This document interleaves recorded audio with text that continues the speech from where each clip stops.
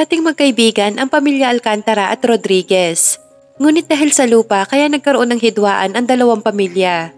Ang maliit na hidwaan ay lumaki ng lumaki hanggang sa tuluyan ng nasira ang pagkakaibigan ng mga ito. Na pati mga anak nila ay nadadamay na din sa problema ng kani-kanilang mga magulang. Hanggang sa umabot sa punto na pinagbintangan ang kanyang ama na ito daw ang taong nakabangga kay Mariano Rodriguez, bagay na hindi naman totoo. Upang matulungan ng ama ay kinailangan umuwi ng probinsya si Hazel dahil kailangan siya ng kanyang ama lalo pat siya ang panganay na anak nito. Nag-leave muna siya ng 2 linggo sa kanyang trabaho. Mabuti na lamang at pinayagan siya ng kanyang boss. Sales lady siya sa isang mall sa Taguig. 3 taon na siya nagtatrabaho doon. At kasya naman ang kanyang kinikita para buhayin ang kanyang sarili at pag-aralin ang 2 pa niyang kapatid na babae. Pagdating niya ng San Antonio ay dumaan muna siya ng simbahan para magdasal.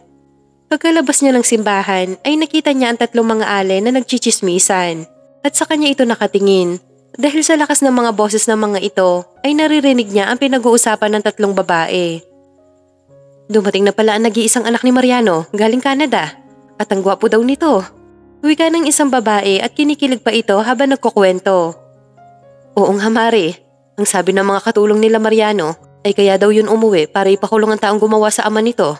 At alam mo ba, bali-balitang masama daw ang ugali ng anak na yun ni Mariano? Kaya kung ako kay Renato ay magtago na siya dahil baka ipakulong siya ng anak ni Mariano. Tumpak ka dyan Mare, eto naman kasing si Renato, bakit pinagtangkaan pa ang buhay ni Mariano? Ayun tuloy makukulong pa siya. Wika naman ang pangatlong babae. Tama ka dyan Mare, ayon sa mga katulong ligtas na daw sa bingit ng kamatayan si Mariano. Yun nga lamang ay comatose ito at hindi alam ng mga doktor kung kailan ito magigising. Muling wika ng pangalawang babae. Doon na siya hindi nakatiis. Lumapit siya sa 3 ale at tubod ng lapad nang umiti sa mga ito. Mawalang galang na po sa inyo mga ale. Sa halip na nagchichismisan kayo dito sa tapat ng simbahan, bakit kaya hindi kayo pumasok sa loob at mangumpisal? Tsaka hindi po ang papa ko ang nakabangga kay Tito Mariano, kaya hindi niya kailangan magtago. Naiinis niyang wika sa 3 babae. Hindi nakasagot ang 3 babae sa kanyang tinuran, bagkus iniwan siya ng mga ito at naglakad palayo ng simbahan. Naiiling na lamang siya na naglakad papunta sa kinaroroonan ng kanyang kotse. Ngunit malayo pa lamang siya ay tanaw na kaagad niyang hinarangan sa gitna ang kanyang kotse. Inis siyang nagmamadaling lumapit sa kinaroroonan ng kanyang kotse, ngunit may nakabanggaan siyang isang bulto ng katawan na lalaki. Nang magangat siya ng tingin ay nakita niya ang isang lalaki. Seryoso ito nakatingin sa kanya. Sorry sir, hindi kita nakita, nagmamadali kasi ako. Hingi niya ng paumanhin sa lalaki. Next time tumingin ka sa dinaraanan mo para hindi ka nakakaperwisyo ng tao. Pagalit nitong wika sa kanya na kinataas ng kilay niya. Kaya nga ako nagsasorry sa'yo dahil kasalanan ko, di ba? Mataray niyang wika ulit sa lalaki. Hindi na ito sumagot at naglakad ito palayo sa kanya. Napairap na lamang siya sa lalaki. Ang akala mo naman kung sino ka?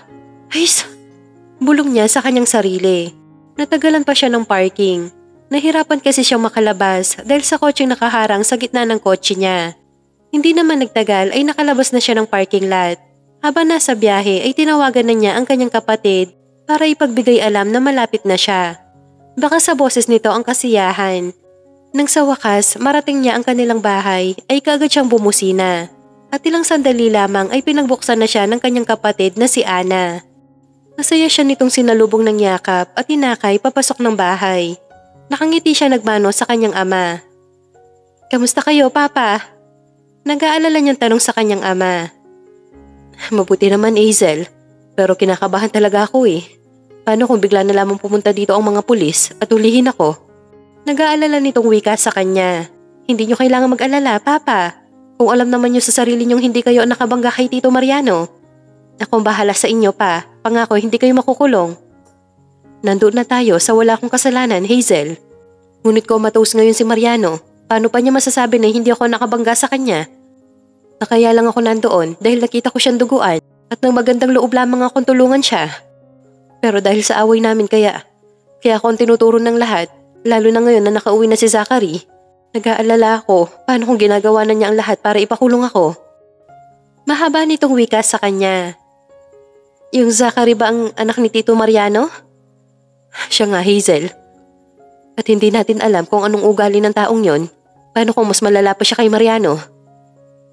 Huwag kayong mag-alala pa. Kung kinakailangan na kausapin kong itong si Zachary, ay gagawin ko at ipapaliwanag ko sa kanya na wala kang kasalanan o kinalaman sa nangyari sa kanyang ama. Salamat anak. Hindi ko hahayaan na makulong kayo pa, lalo pat wala naman kayong ginagawang krimen. Nagpahinga lamang siya sandali at saka siya nagpa siyang pumunta sa bahay ng mga Rodriguez para kausapin itong anak ni Mariano na si Zachary. Gusto sana siyang samahan ni Ana, ngunit tumanggi siya dahil kaya naman niya ang kanyang sarili. Pagdating ng bahay ng mga Rodriguez ay kagad siya nag-doorbell, ngunit walang nagbubukas sa kanya. Nang tignan niya ang gate ay bukas ito, kaya naman nangahas na siyang pumasok sa loob ng bahay ng mga Rodriguez. Malaya siya nakapasok hanggang sa marating niya ang malawak na sala ng bahay. Napako ang kanyang tingin sa isang picture frame na nakapatong. Akmang kukunin sana niya ito nang may magsalita na boses lalaki sa kanyang likuran na ikinahinto niya. Sino ka? Baritonong tanong nito sa kanya. Ako si Hazel Alcantara, anak ni... Hindi na natuloy ang sasabihin pa sana niya nang bigla na lamang magsalita ulit ang lalaki sa kanyang likuran. Alcantara? Sambit nito sa last name niya. Yes, anak ko ni Renato Alcantara at nandito ako para kausapin si Zachary. Nandito ba siya? Sunod-sunod niyang wika sa kausap. Narinig niya ang paghakbang nito palapit sa kanya. At ilang sandali pa ay nasa harapan na niya ang lalaking kanina lamang ay nasa likuran niya. Ganoon na lamang ang palalaki ng kanyang mga mata nang mapagsino ang lalaki sa kanyang harapan. Wait, ikaw yung lalaki sa parking lot ng simbahan, di ba? Ako nga. Bakit? Baritono nitong wika sa kanya na kinataas ng isa niyang kilay. Whatever. Nandito ako para makausap si Zachary. Nandito ba siya? Anong kailangan mo sa akin, Miss Alcantara?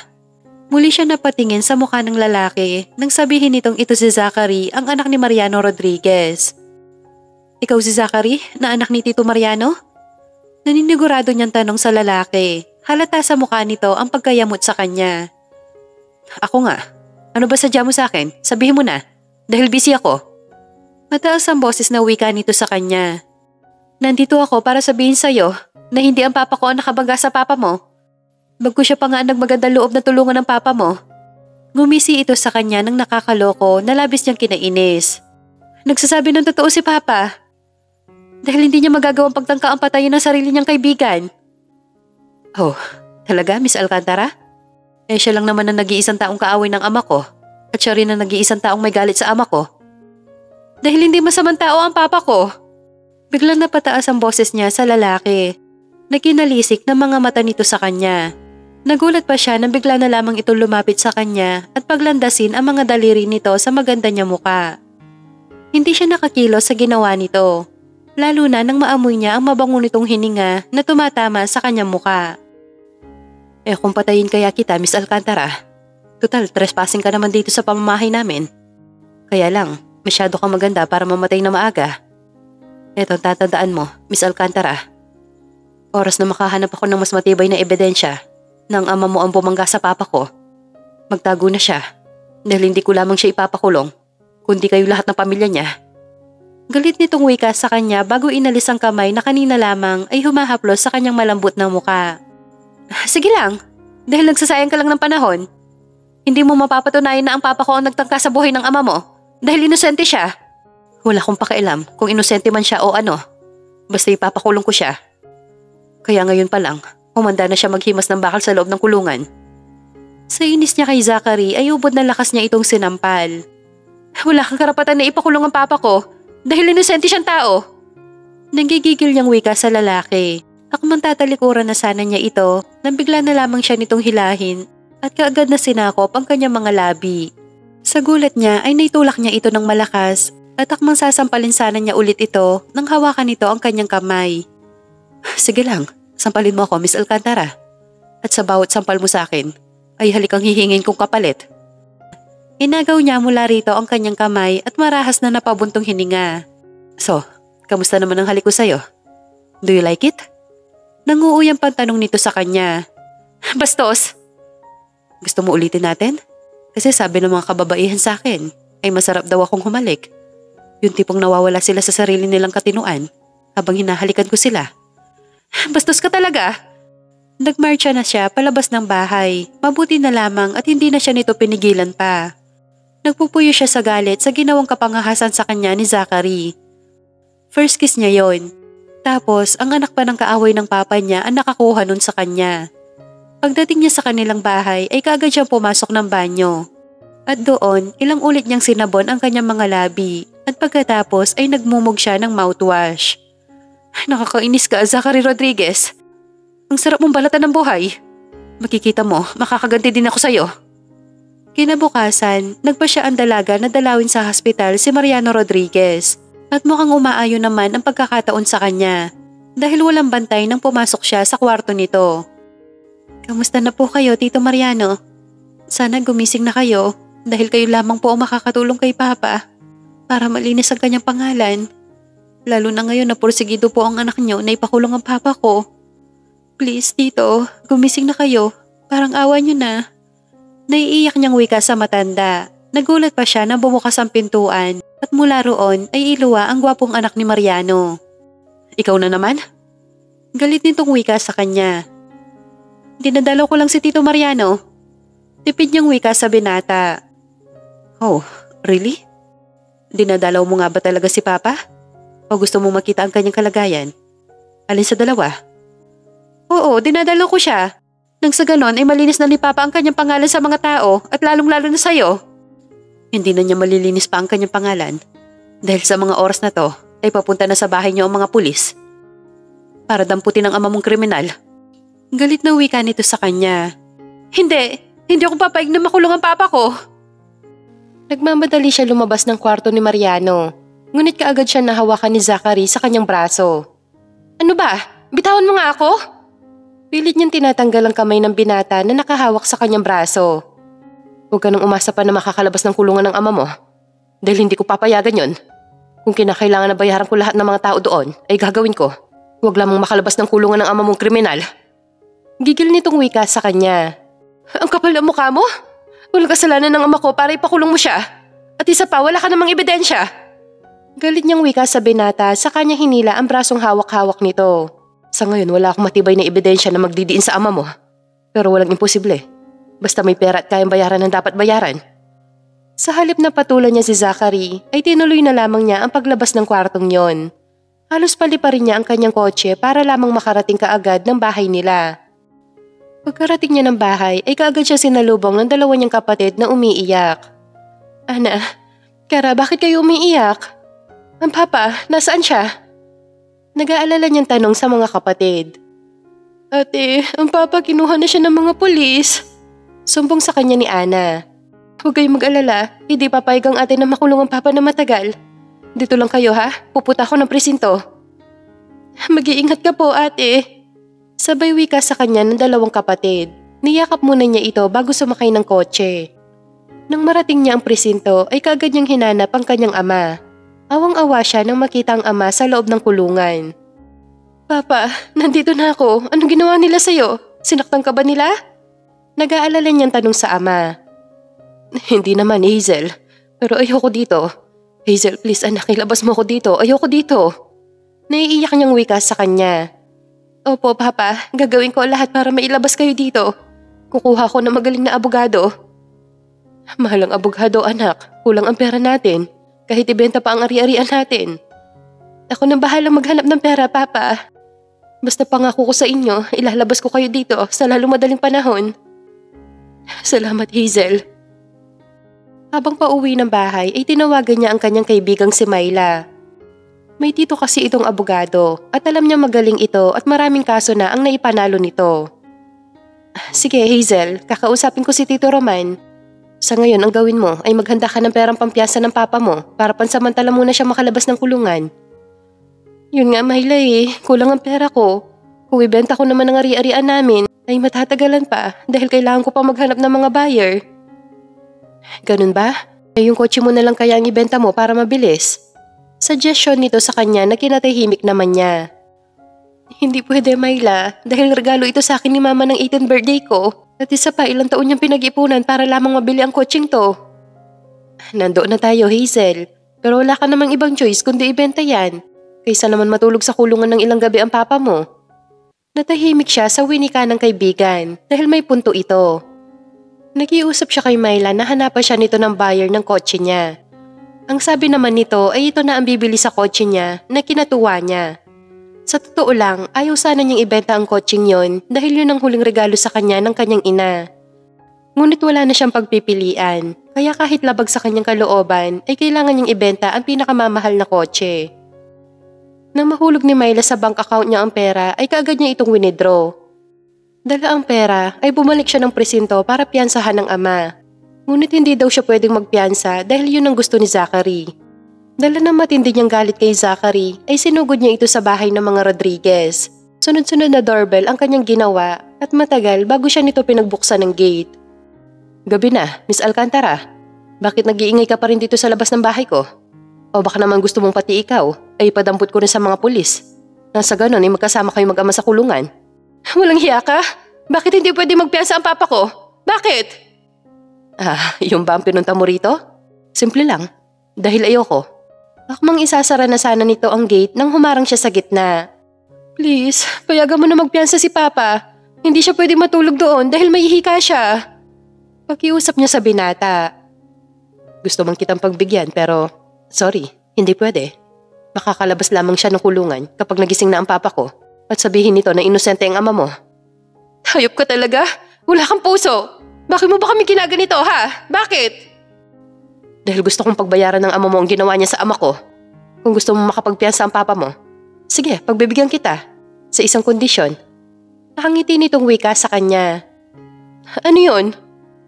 Lumuhod ka sa harapan ko at halika mo ang dalawa kong paa. Nakangiti pa rin ito sa kanya nang sabihin ng mga katagang yon. Kahit labag sa kanyang kalooban ay gagawin niya para sa kanyang kawawang ama. Ano, Miss Alcantara, kaya mo ba? Kasi kung hindi, papasok na ako sa loob. Dahil naaabala mo ang pamamahinga ko. Gagawin ko na basta tumupad ka sa usapan natin. Na sa oras na magawa ko ang gusto mo ay makakapagpiyansa na ang papa ko. Okay. Walang kabuhay-buhay nitong sagot sa kanya. Para sa kanyang ama ay pikit mata siya lumuhod sa harapan ni Zachary at pagkatapos sa kanya hinalikan ang dalawa nitong paa. Nang matapos siya ay mabilis siyang tumayo at muling hinarap ang binata. Nagawa ko na ang gusto mo. Sana naman gawin mo din ang parte mo. I'm sorry, Miss Alcantara. Pero nagbago na ang isip ko. Narealize ko na masyado madali ang pinapagawa ko sa'yo. Kaya naman wala nang bisaan na pag-usapan natin. Nanguuyam nitong sabi sa kanya. Walang hiya ka? Niloko mo ako? Sa sobrang galit niya sa binata ay sinugod niya ito at akmang sasampalin na sana na magsalita ito. Ano sabi ko sa'yo, Miss Alcantara? Na sa oras na sampalin mo ulit ako ay halikang gigaganti ko sa'yo. Sige lang, sampalin mo ako para matikman mo ulit ang halik ko. Hindi ka lang bastos dahil manyak ka pa at walang isang salita. Makikita mo, Zachary, makakaganti din ako sa'yo. Hindi man ngayon, baka bukas. Tinalikuran niya ang binata at naglakad siya patungo sa kanyang kotse, ngunit sinundan siya nito. May proposal ako sa'yo, Miss Alcantara. Pati kung papayag ka, dahil kalayaan ng ama mo ang nakasalalay dito. Ayoko na maniwala sa'yo dahil wala kang isasalita. Promise. This time tutupad na ako at gagawa tayo ng kasunduan. Ano bang proposal ang gusto mo? Isang gabi sa piling ko, kapalit ng kalayaan ng papa mo. Seryoso nitong wika sa kanya. Hindi siya nakapagsalita sa tinuran nito dahil hindi niya alam kung anong isasagot sa binata. Narinig mo ba ang sinabi ko? Ang sabi ko isang gabi sa piling ko, kapalit ng kalayaan ng iyong ama. Pag-uulit nito sa sinabi kanina. Narinig ko, hindi mo na kailangan ulitin pa dahil hindi ako pumapayag sa gusto mo mangyari. Sagot niya kay Zachary. Okay, ikaw din. Mabubulok sa kulungan ng ama mo. I think, hindi mo naman nanaisin na mabulok siya doon. Right, Miss Alcantara? Oo, tama ka. Kaya gagawa ako ng paraan para makalabas siya doon. Okay, ikaw bahala. Choice mo naman yan. Sa totoo nga, napakaganda ng offer ko sa'yo. Kaya nagtataka ako kung bakit mo ito tinatanggihan. Natawa siya bigla sa tinuran nito. Paano naging maganda ang offer nito sa kanya? Ganoong gusto nito may mangyari sa kanila sa buong isang gabi. Hindi pa siya nababaliw para ibigay ang kanyang sarili sa anak ng kaaway ng papa niya, na ngayon ay kaaway na din niya. Baliw lang ang babaeng papayag na makipag-sex sa'yo. Tuluyan na nga niya itong tinalikuran, ngunit bago siya sumakay ng kotse, ay nagpahabol pa ito ng mensahe. Bibigyan kita ng 2 araw para makapag-isip. At sa oras na pumayag ka, ay bukas ang bahay na to para sa'yo. Asa ka pa? Kinagabihan, nahihirapang matulog si Hazel sa kakaisip sa kanyang papa at sa offer na nilatag sa kanya ni Zachary. Oo, gusto niyang makalabas ng kulungan ang kanyang papa. Pero hindi niya kayang ibigay ang sarili sa binata, lalo pat anak ito ng kaaway ng kanilang pamilya at idagdag pang kaaway na rin ang tingin niya rito. Magdamag siyang hindi nakatulog dahil sa problemang kinakaharap nila. Habang kumakain sila ng breakfast ay dumating ang kaibigan niyang si Myla para kunin ang kanyang kotse. Naikwento niya sa kaibigan ang offer sa kanya ni Zachary. So ano ng plano mo ngayon? Hindi ko nga alam eh. Hindi ko kaya makipagseks sa lalaking yon na ubod ng sama ang ugali. Pero gwapo, kinikilig pang tanong sa kanya ni Myla. Hindi siya gwapo sa paningin ko dahil masama ang ugali niya. Pinakulong niya si Papa kahit wala naman siyang hawak na ebidensya. At ito pa, lahat binayaran niya para lamang makulong ang kawawa kong ama. Eh kung ganun, wala nga kayong laban sa kanila. Kaya mas mainam na tanggapin mo na lamang ang offer niya. Total, 1 gabi lang naman, Hazel. Nandoon na tayo sa 1 gabi lang naman. Pero hello, virgin pa ako. Ayoko namang siya ang makakuha ng pagkababae ko. Gusto ko ibibigay ko lamang ang pagkababae ko sa lalaking mahal ko. Ang kaso nga wala ka namang boyfriend. Kaya tanggapin mo na lamang na itong si Zachary ang makaka-jackpot sa'yo. Naiiling na lamang siya na tumingin sa kaibigan. Mamili ka, Hazel. Ang papa mo? O ang iniingatan mong virginity? Siyempre, ang papa ko. Tipid ng wika nito. Nang makaalis ang kaibigan niya ay muli siya napaisip. Tama ito, 1 gabi lang naman. At pagkatapos nun ay tapos na ang kanilang problema. Para sa'yo, papa, kaya ko to gagawin. Dahil gusto ko maging malaya ka. Kausap niya sa larawan ng ama. Wala na siyang inaksayang sandali. Kaagad siya nagtungo sa bahay ni na Zachary. Hindi pa man siya nagdo-doorbell ay bumukas na ang malaking gate ng bahay. At mula roon ay iniluwa ang binata. Nakangiti itong tumingin sa kanya habang ang mga mata nito ay sinusuyod ang kanyang kabuuan. Kaya ka ba nandito dahil pumapayag ka na sa offer ko? Tama ba ako? Tama ka, pumapayag na nga ako sa gusto mo. Pero bago may mangyari sa atin, gusto ko makalabas muna ng kulungan ng papa ko. Matapang niyang wika sa binata. Okay, fine. Pero gagawin ko lamang yon kapag kasama na kita sa kwarto ko. So Miss Alcantara, kailan mo ibibigay ang gusto ko? Mamayang gabi. Walang kabuhay-buhay niyang sagot sa binata. Okay, hihintayin kita mamayang 8:00 ng gabi. Gusto ko ngayon pa lang ay handa mo na ang sarili mo para mamayang gabi. Ngumiti ito nang nakakaloko sa kanya bago siya nito iniwan sa labas ng gate. Wala sa sarili na umuwi siya ng bahay at nagtuloy sa kanyang kwarto. Napaupo na lamang siya sa kanyang kama habang iniisip niya ang mangyayari mamaya sa kanila ni Zachary. Wala pa siyang karanasan sa lalaki dahil hindi pa siya nagkaka-boyfriend. Maganda naman siya ngunit ewan kung bakit wala nanliligaw sa kanya. Minsan nga napapatanong pa siya sa kanyang sarili na baka kaya walang nanliligaw sa kanya dahil hindi siya maganda sa paningin ng mga kalalakihan. 2 taon na lamang at wala na siya sa kalendaryo. Kaya naman gusto sana niya na magka-boyfriend na bago mag-30 anyos. Ngunit mukhang hindi pa ata matutuloy dahil mamayang gabi ay isusuko na niya ang kanyang pagkababae sa binatang kaaway. Malalim siya na pabuntong hininga nang mapatingin siya sa orasan ay 4:00 na ng hapon. Kaunting oras na lamang ang hihintayin niya at mawawala na ang kanyang iniingatan na dangal. 6:00 pa lamang ng gabi ay nakagayak na siya kahit ang usapan nila ni Zachary ay 8:00. Sa halip na tumuloy siya sa bahay ng mga Rodriguez, ay pumunta muna siya sa isang bar 2 sakay mula sa kanila. Tinawagan niya si Myla para may makasama siya, ang kaso ay may date pala ito. Pagkapasok niya sa loob ng bar ay kaagad siya nag-order ng tequila. Sunod-sunod na paglagok ang kanyang ginawa. Gusto niya magpakalasing nang sa ganon ay hindi niya maramdaman at maalala ang gagawin nila ni Zachary. Nang maramdaman niya lasing na siya, ay saka lamang siya lumabas ng bar. Nagpahatid siya sa taxi sa bahay ni na Zachary. Pagkababa niya ay nag-doorbell na kaagad siya. Pinagbuksan naman siya ng katulong. Sinabi sa kanya ng katulong na kapag dumating daw siya, ay umakyat na lamang siya sa kwarto ng binata sa 2nd floor, sa unang kwarto sa kanan, at yun na nga ang kanyang ginawa. Nang marating niya ang kwarto ng binata ay kumatok siya. Nagulat pa ito na makita ang itsura niya. Bakit lasing ka? Malakas ang boses na tanong nito sa kanya. Hindi ako lasing. Nakainom lang ako, okay? Bakit ka ba kasi uminom ng alak bago ka pumunta dito? Nakakunot ang noon nito habang nakatingin sa kanya. Simple lang, para may lakas ako ng loob na makipagtalik sa'yo. So ano pang hinihintay mo? Nandito na ako, angkinin mo na ako, nang matapos na tayo. Matapang niyang hamon sa binata. Nang hindi ito kumilos, ay siya na ang lumapit rito at nakipagtitigan. Oh, ano na, Zachary?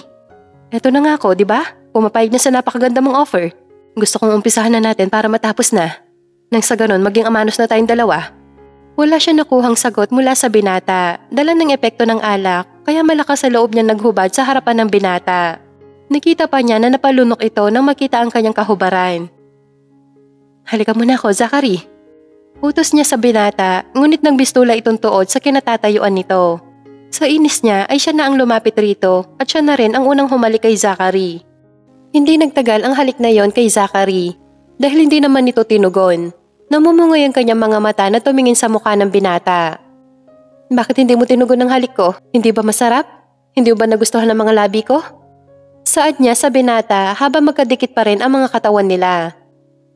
Nagustuhan ko ang halik mo at nagustuhan ko rin ang lasa ng mga labi mo, Hazel. Pabulong nitong wika sa kanya. Then, bakit hindi mo tinugon? O hindi ba ako magaling humalik kaya ganon? Sabihin mo. Naiinis niyang wika sa binata. Ayoko lang ng babaeng lasing. Gusto ko yung hindi lasing para alam niya kung anong ginagawa niya. Bukas na lang natin gawin to. Ihahatid na kita sa inyo. Hindi, ayoko. Gusto ko ngayon na dahil gusto ko nang matapos. Na sa ganon makalabas na ng kulungan ng papa ko. At kung itong pag-iinom ko ang issue mo, ay sinadya ko talaga to. Bakit, Hazel? Tinatanong pa ba yan? Siyempre dahil makikipagtalik ako sa lalaking hindi ko naman mahal. Sa lalaking anak ng kaaway ng papa ko. At sa lalaking katulad mo na masama ang ugali. Sa tingin mo ba ay gugustuhin ko maalala ang mangyayari sa atin ngayong gabi? Kung ganon, sisiguraduhin ko na kahit lasing ka ngayon, ay maaalala mo bukas ang gagawin natin ngayong gabi. May diin ang huling katagang binitawan nito sa kanya. Sa bilis ng pangyayari ay namalayan na lamang niyang inaangkin na nito ang mga labi niya at ramdam niya na sa bawat halik nito sa kanya ay may kasamang parusa. Patuloy ang paghalik nito sa mga labi niya habang ang dalawa nitong palad ay malayang sinasamba ang kanyang mga dibdib na kinaliyad niya. Ilang sandali pa ay tinulak siya nito sa kama, dahilan para mapahiga siya roon. Habang ito ay nakatayo pa rin at titig na titig sa kanyang katawan. Nagmamadali nitong hinubad ang suot na sando at boxer shorts. Pagkatapos, saka nito muling inangkin ang kanyang mga labi. Naramdaman niya ang pagkabuhay ng init na unti-unting nabubuhay sa kanyang pagkatao. Hindi niya alam kung dahil sa lasing siya o dahil sa ginagawang kapangahasan ng binata sa kanyang katawan. Oo, lasing siya ng gabing yon. Pero alam niyang hindi lamang isang beses siya nito inangkin, kundi higit pa sa isa. Nagising siyang masakit ang kanyang ulo, maging ang kanyang katawan. Pilit niyang inaalala ang nangyari ng nagdaang gabi. At nang maalala niya ay napatingin siya sa kanyang katabi na nakadapa.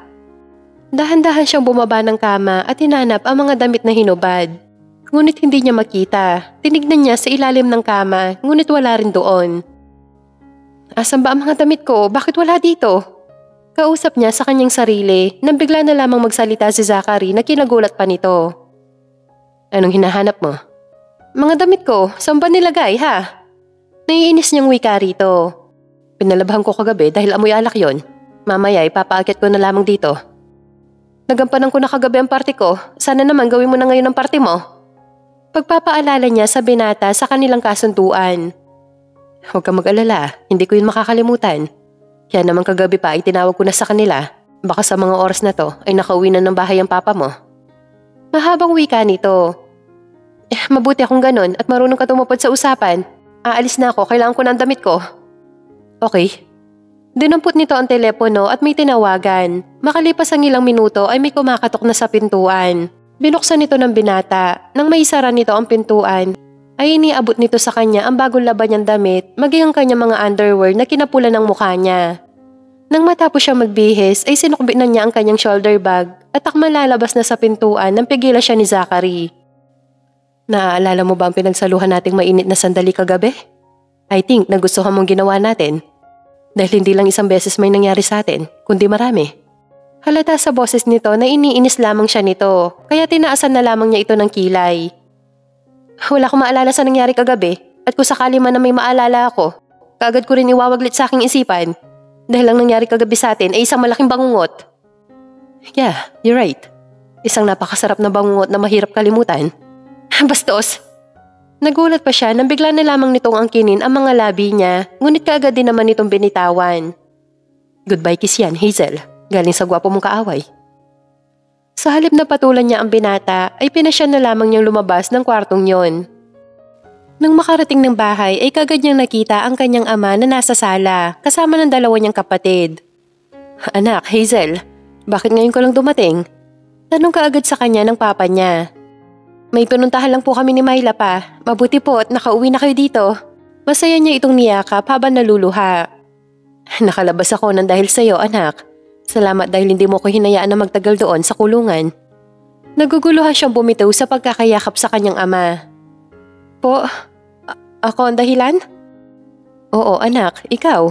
Dahil nakausap ko mismo si Zachary. Ang sabi niya sa akin, nakiusap ka daw sa kanya at naawa naman siya sa'yo. Kaya inurong na niya ang kaso laban sa akin. Mahaba nitong kwento sa kanya. Opo pa, dahil hindi ko po maatim na makulong kayo, lalo pat wala namang kayong ginagawang kasalanan. Iniwan muna niya sa sala ang kanyang papa at mga kapatid. Pagkapasok niya ng kwarto ay nagtuloy kaagad siya ng banyo. Gusto niyang maligo nang sa ganon, maalis lahat ang mga bakas ng halik sa kanya ni Zachary. Halos 2 oras siya nagbabad sa shower bago nagpa siya lumabas ng banyo. Samantala na makaalis si Hazel ay muli siya nahiga sa kama. Nang mapadako ang kanyang tingin sa mantsa na nasa bedsheet. Kinapa niya ito at wala sa sariling napangiti sa kawalan, habang si Hazel ang laman ng kanyang isipan. Nang matapos ang 2 linggo niyang leave, ay bumalik na nga siya ng Maynila para bumalik sa trabaho. Ngayon kasi na okay na ang problema ng kanyang ama, ay payapa na ang kanyang isipan na hindi na ito makukulong. Ang pinagdadasal na lamang niya na sana ay magising na si Mariano para mapatunayan nito na walang kasalanan ang kanyang ama. Nagkaroon ka na ba, Hazel? After na nangyari sa inyo ng kaaway mo? Bigla siya natahimik sa tanong na yun sa kanya ni Myla dahil ang totoo ay 2 months delayed na siya. Regular ang period niya, ngunit ayaw niyang isipin na nagbunga ang isang gabing bangungot sa kanyang buhay. Dahil pag nagkataon ay hindi niya alam kung paano haharapin ang kanyang papa. Oh my God, Hazel. Don't tell me na buntis ka na nagbunga ang isang gabing pagkikipagtalik mo kay Zachary. Hindi ko alam, Myla. Umaasa ko na delayed lamang ako, kaya ganon. Hindi pwede na mabuntis ako ni Zachary dahil alam mo naman na mag-aaway ang pamilya namin. Napabuntong hininga na lamang siya ng malalim at wala sa loob niya na napahawak sa kanyang manipis na tiyan. Upang makasiguro ay bumili siya ng pregnancy test sa butika bago umuwi ng bahay. Habang hinihintay niya ang resulta ay taimtim siya nagdadasal na sana ay negative. Ngunit hindi siya pinakinggan ng langit. Dahil 2 guhit na pula ang kanyang nakita na ang ibig sabihin ay positive. Nanghihina ang kanyang tuhod na napaupo sa tiles na sahig ng banyo. Diyos ko, paano na ako ngayon? Nabuntis ako. Hindi ako pwedeng panagutan ng ama ng baby ko dahil isang gabing kasunduan lamang ang nangyari. Pero bakit hinayaan niyo na may isang anghel na mabuo? Bakit? Naiiyak niyang wika habang kinakausap ang kanyang sarili. Kahit mahirap ay itinuloy niya ang kanyang pagbubuntis. Nang dumating ang 7 buwan ay nag-lift na siya sa trabaho at umuwi ng probinsya. Nagulat pa ang kanyang papa na makita siyang buntis. Sinong ama ng pinagbubuntis mo, anak? Malumanay na tanong sa kanya ng kanyang ama. Hindi niyo na po kailangan malaman pa kung sinong ama ng anak ko. Ang mahalaga, papa, ay magiging lolo na kayo. Nakangiti niyang saad rito. Kung yan ang gusto mo, anak, sige, hindi na ako magtatanong pa kung sinong nakabuntis sa'yo. Ngunit kapag handa ka nang sabihin sa akin ay nakahanda akong makinig sa'yo. Salamat po, pa. Samantala na makarating ang balita kay Zachary na umuwi sa kanilang lugar si Hazel at buntis ito, ay malakas kaagad ang kanyang kutob na anak niya ang batang yon, na siya ang ama nito dahil nagbunga ang nangyari sa kanilang 2 ng dalaga.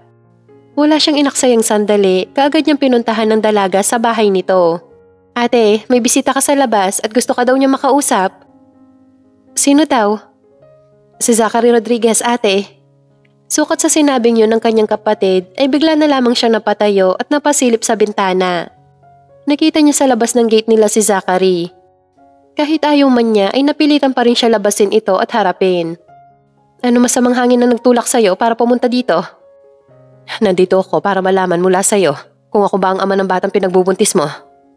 Walang paligoy-ligoy na wika nito sa kanya. Hindi ikaw ang ama ng anak ko, kaya pwede ba, Zachary? Umalis ka na dito, bago ka pa magkita ni Papa. Hindi ako naniniwala sa'yo, Hazel. Dahil alam ko ako ang ama ng batang pinagbubuntis mo. Sigaw nito sa kanya. Bahala ka kung anong gusto mong paniwalaan. Basta sinasabi ko sa'yo, hindi ka ang ama ng anak ko. Huwag mo akong gawin tanga, Hazel. Dahil ayoko sa lahat ang ginagawa akong tanga.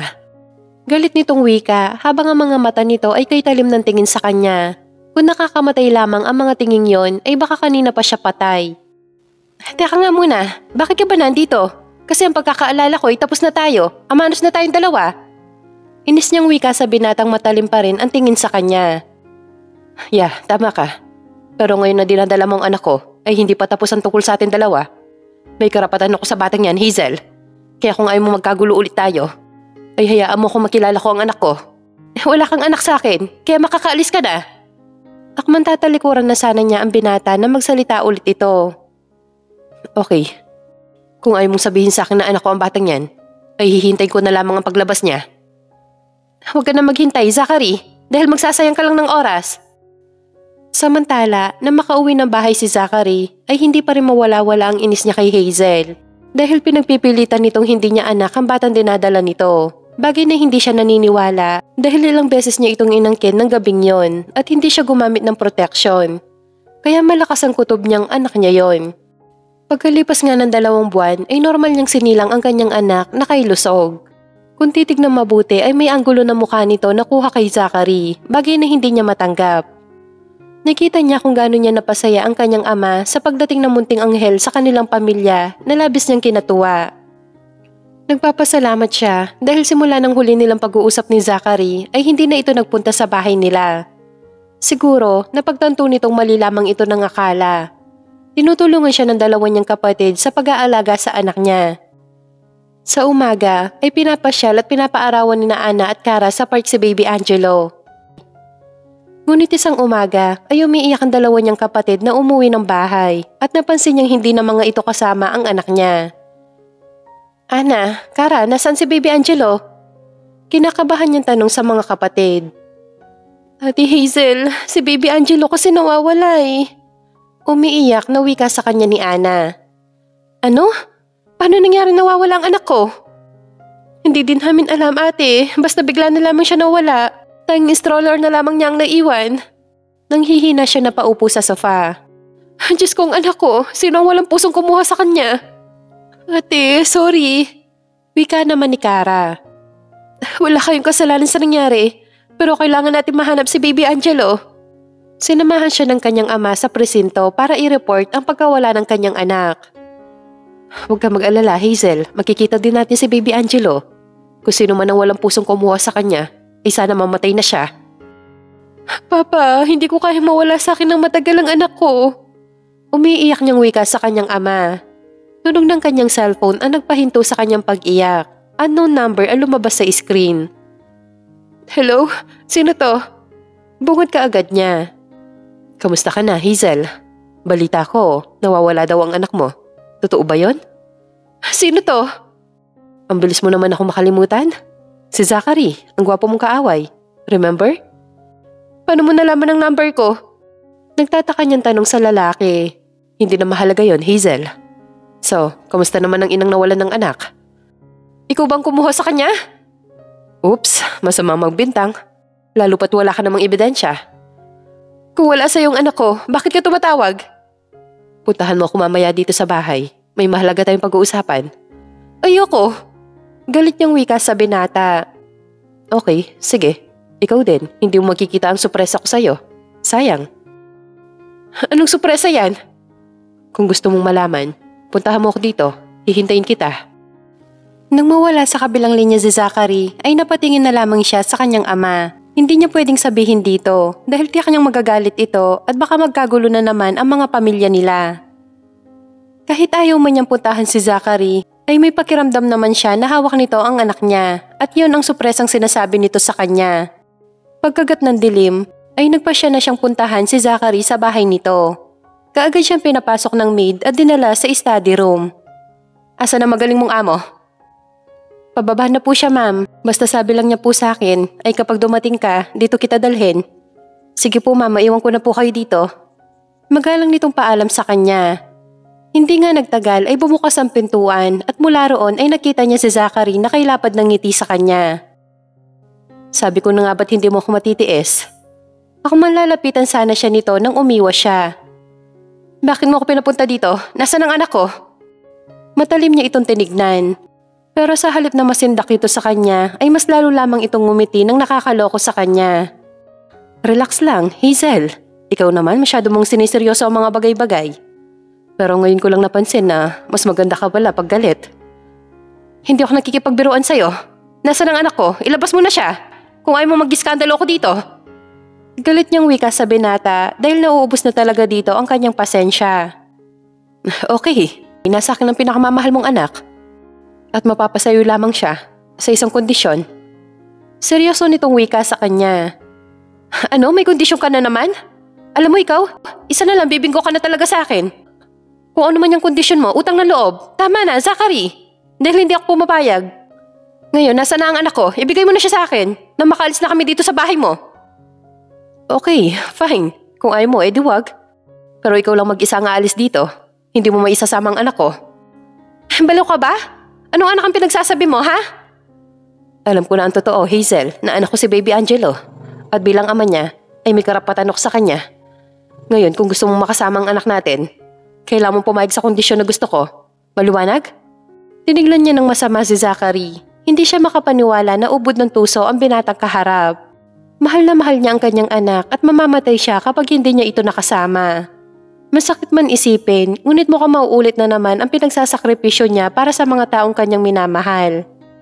Walang hiya ka? Napakatuso mo! Depende sa sitwasyon. At kapag kinakailangan ng pagkakataon, why not? Kung maging tuso ako. Ang mahalaga, matupad ang mga bagay na gusto ko. Napakasama mong tao, Zachary. Dapat sa mga katulad mo ipinapatay para hindi na pamarisan pa. Galit niyang saad sa binata. Ouch, ang sakit naman nun. Ikaw din, mawawalan ka ng gwapong kaaway at soon-to-be husband.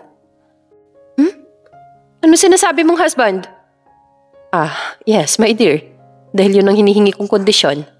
Pakasalan mo ako, Hazel, at makakasama mo ang anak natin. Sa galit niya kay Zachary ay nasampal niya ito ng kay lakas na kinatabingin ang mukha nito. Sa gulat niya ay kinabig siya nito at walang paalam na basta na lamang sinakop ang kanyang mga labi. Nang pakawalan nito ang mga labi niya ay nakangiti pa rin ito nakatingin sa kanya. Okay lang na masampal, basta halik galing sa'yo ang kapalit. Nakangiti itong umupo sa sofa habang ang mga mata nito ay nakatingin pa rin sa mga labi niya. So ano Hazel, pumapayag ka na bang pakasalan ako? Kahit ano mangyari ay hindi ako magpapakasal sa katulad mong masamang tao. Kung ganon, tapos na ang pag-uusap natin to, makakaalis ka na. Tumayo ang binata at naglakad papuntang hagdanan. Hinabol niya ito at muling hinarap. Please, Zachary, wag mo na itong gawin sa akin oh. Hindi ko kayang mawala sa akin ng anak ko. Kahit ano gagawin ko, wag lang magpakasal sa'yo. Kung gusto mong pagsilbihan kita, magtatrabaho ako sa'yo. Kahit walang sweldo, basta ibalik mo lamang ang anak ko. Umiiyak niyang pakiusap sa binata. Bakit Hazel? Bakit tayo mo sa akin? Sigaw nito sa kanya na halos magdikit na ang mga ngipin nito sa sobrang galit. Simple lang. Dahil hindi natin mahal ang isa't isa. Kaya mahirap ipilit ang mga bagay na hindi pwede. Umalis ka na. Tapos na ang pag-uusap natin to. Hindi pa tapos dahil nasa iyo pa ang anak ko. Ibalik mo na sa akin si Baby Angelo. Please, nakikiusap ako sa'yo. Maawa ka naman sa akin. Pagsusumamo niya sa binata, marahas itong bumuntong hininga at tumingin sa kanya. Bibigyan kita ng huling pagkakataon. Kailangan bukas ng hapon ay may sagot ka na. At kung ang sagot mo ay hindi, pasensyahan na lamang tayo dahil hindi mo na makikita pa ang anak natin. Anong ibig mo sabihin? Huwag mo nang alamin pa.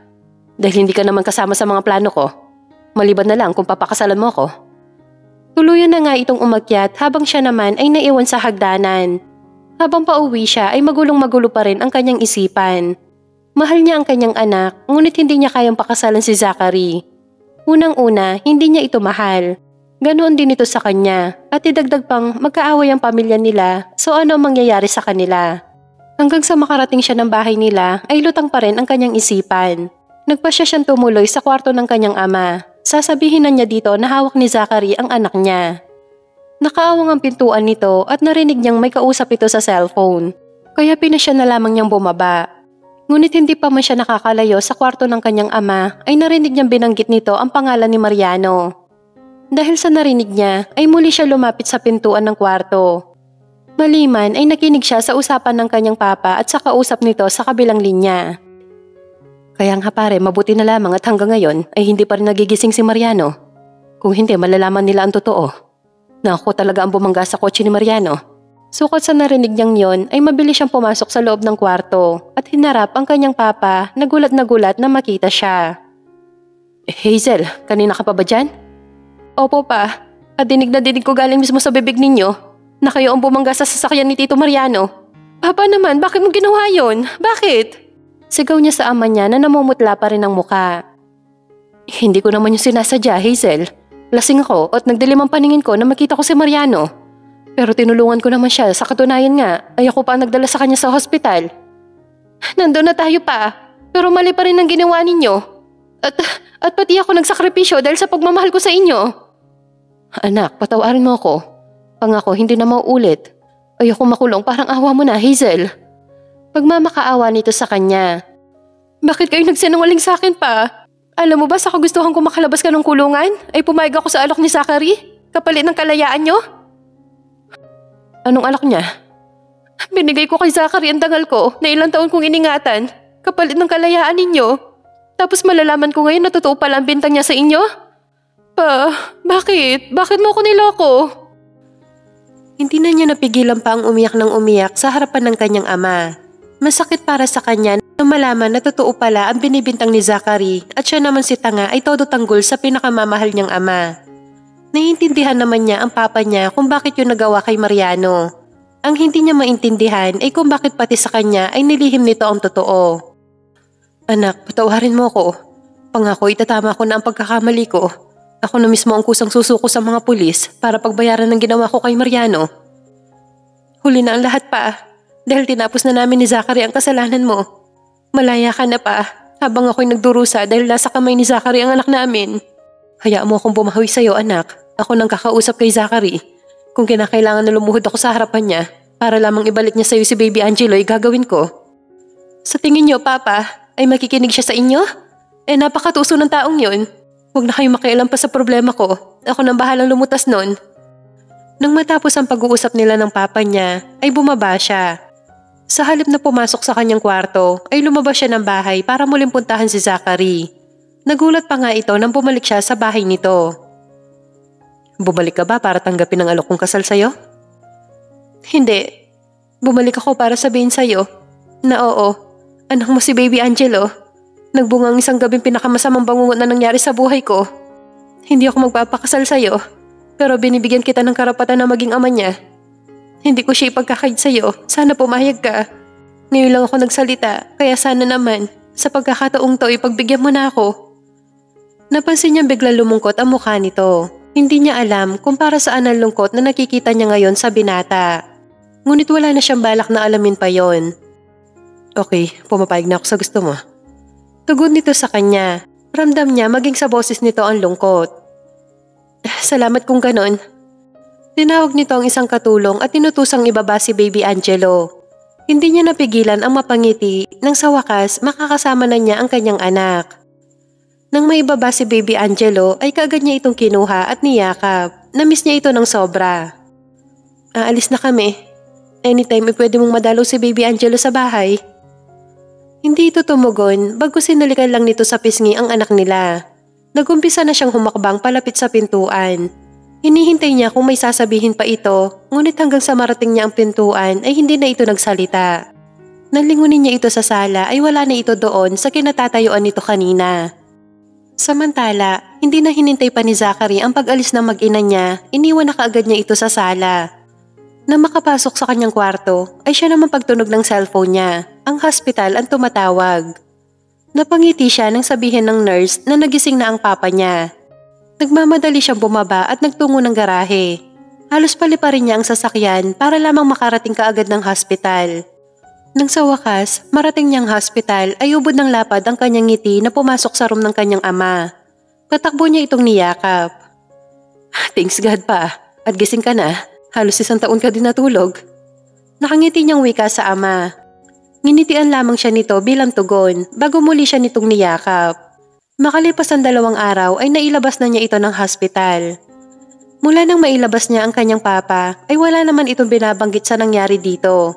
Maging siya man ay ayaw niyang pangunahan nito sa gusto nitong mangyari. Ilang araw nang umuwi si Baby Angelo sa bahay nila, ngunit hindi pa dinadalaw ni Zachary ang kanilang anak. Bagay na pinagtataka niya.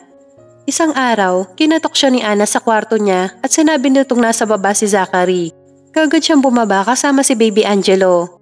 Nasa hagdanan pa lamang siya ay nakita na niya ang binatang nakaupo sa sofa. Alanganin niya itong nginitian nang makalapit dito at saka binigay si Baby Angelo. Mabuti naman at dinalaw mo na si Baby. Panimula niya saka naupo sa katapat na upuan. Ngayon lang ako nakadalaw dahil naging busy kasi ako kay Papa. Siya nga pala, gising na si Papa. 1 linggo na rin nang maiuwi ko siya sa bahay.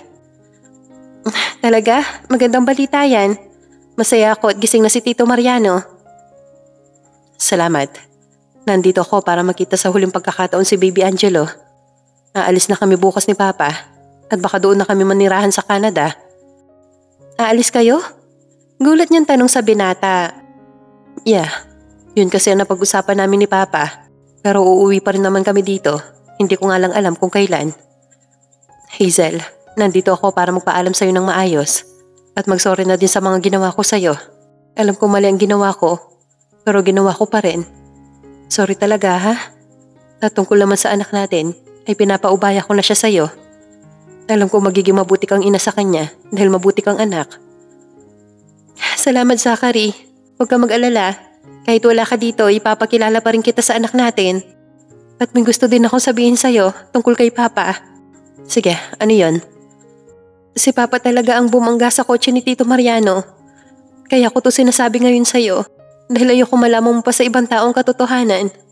Kung gusto niyong sampahan ng kaso si Papa, ay hindi ako tututol. At nakahandaan na rin si Papa na pagbayaran na nagawa niyang kasalanan sa ama mo. Salamat sa pagiging totoo mo, Hazel. Pero matagal ko nang alam na ang Papa mo talaga nakabangga sa Papa ko. May isang witness ang nagpunta sa akin at ipinakita niya ang isang video kuha sa nangyaring aksidente. Kaya nga desidido ako noon na ipakulong ang Papa mo. Pero sa huli ay naisip ko yun ang gamitin kong alas para makasama ka. So matagal mo nang alam? Pero bakit gusto mo ako makasama? Naguguluhan niyang tanong sa binata. Dahil matagal na kitang gusto, Hazel. Mga bata pa lamang tayo. Oo, hindi tayo pinalad na maging magkaibigan noong mga bata pa tayo. Pero na makita ko ang picture mo, ay sinabi ko sa sarili ko na ikaw ang babaeng gusto kong makasama sa pagtanda ko. Pero hindi naman nangyari ang gusto ko. Dahil kahit gamitin ko pa ang anak natin, ay hindi pa rin kita napapayag. But don't worry, tanggap ko na. So, paano? Ikaw na bahala sa anak natin? Hindi siya nakapagsalita sa ipinagtapat sa kanya ni Zachary.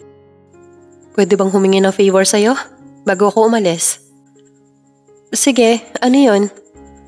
Pwede ba kitang mayakap kahit sandali lang? Please? Okay, sige. Niyakap nga siya nito na mahigpit. At nang matapos ang yakap na yon, ay sinunod naman itong niyakap sa crib ang kanyang anak.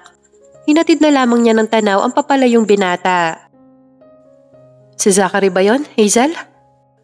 Napalingon pa siya na magsalita sa kanyang likuran ang kanyang ama. Opo, Papa. Nagpaalam sa amin. Sa Canada na pala sila titira. Nagkausap na po ba kayo ni Tito Mariano? Oo, kanina anak. At pinatawad na niya ako sa ginawa kong kasalanan. Hindi na daw niya ako ipapakulong. Basta ang gusto niya ay maging magkaibigan ulit kami. Bagay na gustong gusto ko naman. Masaya ako para sa inyo ni Tito Mariano at nagkaayos na kayo pa. Doon lamang niya napagtanto na mabait ang mag-amang Rodriguez dahil kahit nagkasala ang kanyang papa ay pinatawad pa rin ng mag-ama. Binuhos na lamang niya ang lahat ng kanyang oras sa kanyang pamilya, lalo na sa anak niya. Maraming nanliligaw sa kanya pero wala naman siya magustuhan kaya pinili na lamang niya ang maging single forever. 7 years later. Mami, excited na po ako bukas sa school. Masaya nitong sabi sa kanya. Mas excited ako anak, kaya galingan mo bukas ha? Pinugpog niya ito ng halik sa pisngi na kinatuwa naman ng kanyang anak. Siyempre naman po mami, dahil mana ako sa inyo at kay daddy. Sukot sa narinig niyang yon ay bigla niyang naalala si Zachary. 7 taon na itong nasa Canada. hanggang ngayon ay hindi pa rin umuuwi ng Pilipinas. Naisip niyang siguro ay may asawa na ito doon at may mga anak na kaya kinalimutan na nito si Angelo. Sige na anak, pumasok ka na sa loob at magpaligo ka na kay tita, may pupuntahan lang ako saglit. Saan po kayo pupunta, mami? Sama ako. Wag na anak, mainit na kasi, saka saglit lang naman ako. Mabuti na lamang at hindi na ito nangulit pa sa kanya. Pumara siya ng taxi at nagpahatid sa bahay ni na Zachary. Simula kasi nang umalis ang binata ay hindi na siya nagagawi sa bahay nito. Ngayon pa lang dahil nabanggit ng kanyang anak ang daddy nito. Pinagmasdan niya ang bahay ni na Zachary, parang abandonadong bahay na ito dahil sa tagal na walang nakatira doon. Maging ang garden ng bahay ay mataas na rin ang damo. Walang taong gugustuhin pumasok doon dahil nakakatakot na ang itsura.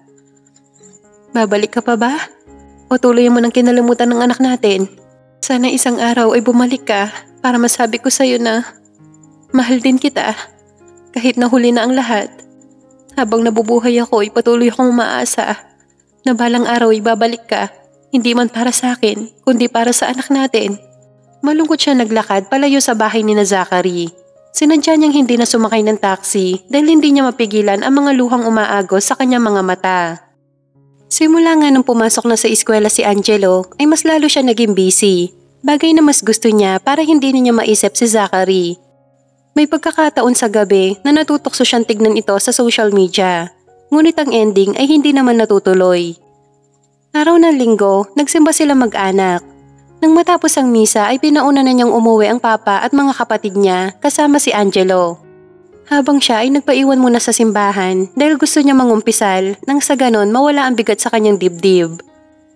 Nang matapos siya sa simbahan ay kagad siyang umuwi ng bahay. Nagtaka pa siya nang may kotseng nakaparada sa harap ng gate nila. Napaisip siya kung sino ang bisita nila, ganoong wala namang bumibisita sa kanila kapag walang okasyon. Naiiling na lamang siyang pumasok ng bahay. Bubuksan na sana niya ang pintuan nang bumukas ito at ang kanyang papa ang nakita niyang nakahawak sa doorknob. Mabuti at nandito ka na, Hazel. May bisita kayo ni Angelo. Ha? Sino? Pumasok ka na sa loob para malaman mo kung sino. Nakangiti nitong wika bago siya iniwan. Tinuloy niya ang pagpasok. Nakita niya si Angelo na may kalaro sa sofa. Pero hindi niya makita ang muka dahil nakatalikod ito sa kanya. Nang makita siya ng anak niya ay patakbo siya nitong niyakap. Mami, may bisita tayo. Tuwang-tuwa na sabi nito sa kanya. Sino bang bisita natin, anak? Ako, Hazel. Bigla siya napatingin sa boses ng lalaking nagsalita sa likuran ng anak niya. Halos manlaki ang mga mata niya nang makita si Zachary. Zachary? Sambit niya sa pangalan ng binata. Ako nga, Hazel. Pasensya ka na kung ngayon lang ako nakauwi. Sobrang busy ko kasi. Halos wala na nga akong time sa sarili ko. Okay lang yon. Alam ko naman na busy ka, lalo na ngayon na may pamilya ka na. Saad niya sa binata, ngunit hindi niya ito matignan ng diretso sa muka. Hindi niya alam kung bakit yun ang lumabas sa kanyang bibig. Pamilya? Anong pamilya? Baka sa mukha nito ang pagtataka sa tanong niyang yon.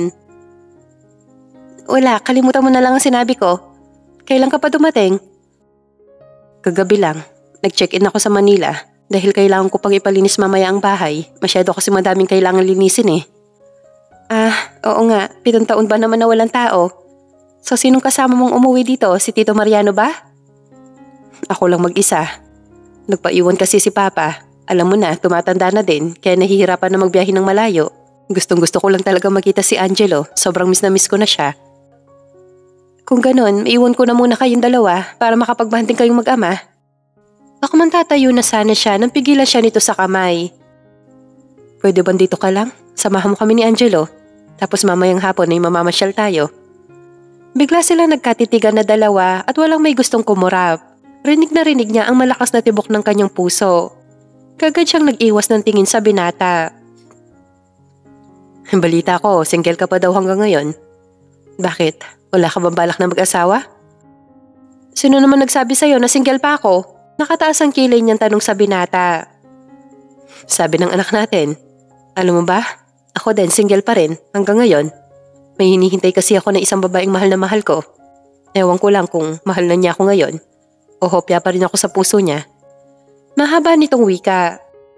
Ako ba ang babaeng yan, Zachary? Hindi niya napigilan tanong sa binata. Yes, Hazel. Ikaw yon. Wala nang iba. Wala nagbago sa damdamin ko sa'yo. Mula noon hanggang ngayon, ikaw pa rin ang tinitibok nitong puso kong to. Umuwi ako dito dahil nagbabakasakali ako na baka this time ay may pag-asa na ako sa'yo.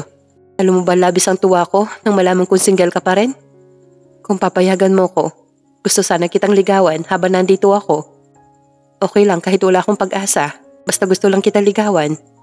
Huwag ka naman ligaw pa dahil ngayon pa lang, sinasagot na kita. Nakita niya nagulat ito sa sinabi niya, pero na makabawi ito sa pagkagulat ay kaagad siya nitong niyakap na mahigpit. Matagal ang yakap na yun sa kanya ng binata. Nang bumitiw ito mula sa pagkakayakap sa kanya ay walang paalam nitong inangkin ang mga labi niya. Sa pagkakataong yun ay walang pag-aalilangan na tinugon niya ang mga halik na yon. Kapwa pa sila hinihingal na maghiwalay ang mga labi nila. Ang ibig ba nitong sabihin ay mahal mo rin ako, Hazel? Oo, Zach, mahal din kita. Matagal na. Pag-amin niya sa binata sa tunay niyang nararamdaman. Pwede ko ba malaman kung kailan mo ko minahal? Nang umalis ka, doon ko lang nalaman na mahal pala kita. Ang kaso huli na ang lahat dahil nakaalis ka na. Ni sa panaginip ay hindi ko inakala na mamahalin din kita. Kaya lang wala tinamaan tong puso ko sa'yo. Kung aalokin mo ko ng kasal ngayon, Zach. Oo, agad ang sagot ko sa'yo. Ayoko na magsayang pa ng oras, lalo na ngayon na tumatanda na ako. Hindi ko alam kung kaya pa ba kita mabigyan ng isa pang anak. Sa tingin ko, kaya pa Hazel, kahit 3. Nakangiti nitong wika sa kanya na ikinapula ng kanyang mukha. 37 na siya sa susunod na buwan, kaya feeling niya talaga ay tumatanda na siya. Pero sinasabi naman ng iba na masyadong bata ang mukha niya sa edad na 37 years old. Paano? E di, umpisahan na natin mag-honeymoon mamaya habang inahanda natin ang kasal natin. At isa pa, namiss kita ng sobra. Ikaw lang ang babaeng pinangarap ko maging asawa at ina ng mga anak ko. Napangiti na lamang siya sa sinabing yun ni Zachary.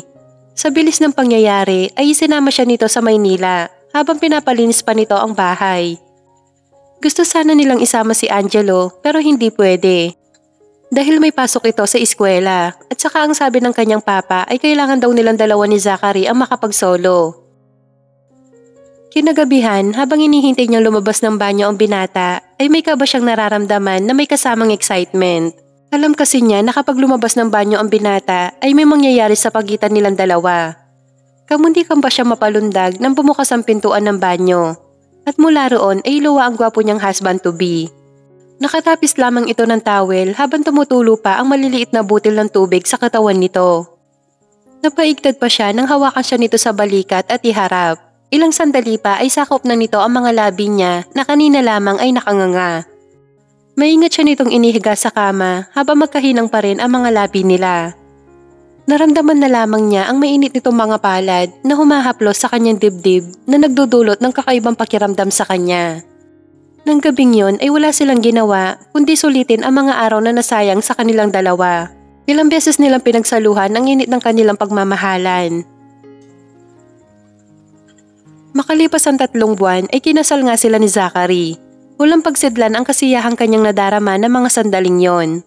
Sino ang mag-aakala na ang dating magkaaway ay sila pala ang tinakda ng tadhana para magsama at bumuo ng isang masayang pamilya. Wala na siyang mahihiling pa dahil alam niyang nasa tamang lalaki siya, na hindi siya papaiyakin at sasaktan ng kanyang asawa. Nang matapos ang kanilang kasal ay kaagad sila nagpunta ng reception. Ngunit habang nasa biyahe sila ay bigla na lamang siyang nahilo at nawala ng malay. Nung magising siya ay nasa hospital na siya at nakita kaagad niya si Zachary na alalang-alala sa kanya. Kamusta ang pakiramdam mo? May masakit ba sa'yo? Wala naman, nahilo lang talaga ako. Siguro dala ng pagod yon dahil sa ginawa natin pagmamadali ng kasal natin. Basta next time, mag-iingat ka na lagi ha? Huwag ka magpapakapagod, okay? Okay po. Natatawa niyang saad sa asawa. Maya-maya ng kaunti ay bumukas ang pintuan, pumasok ang doktora na tumingin sa kanya. Kamusta ang asawa ko, Dok?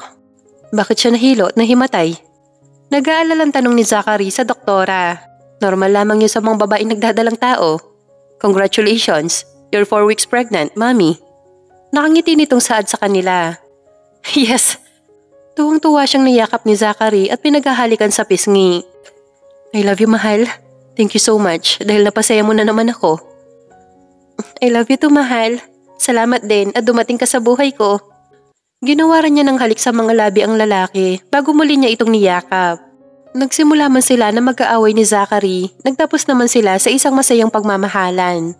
At ngayon may darating pambagong anghel sa buhay nila, na siyang mas lalong magpapatatag ng kanilang pagmamahalan.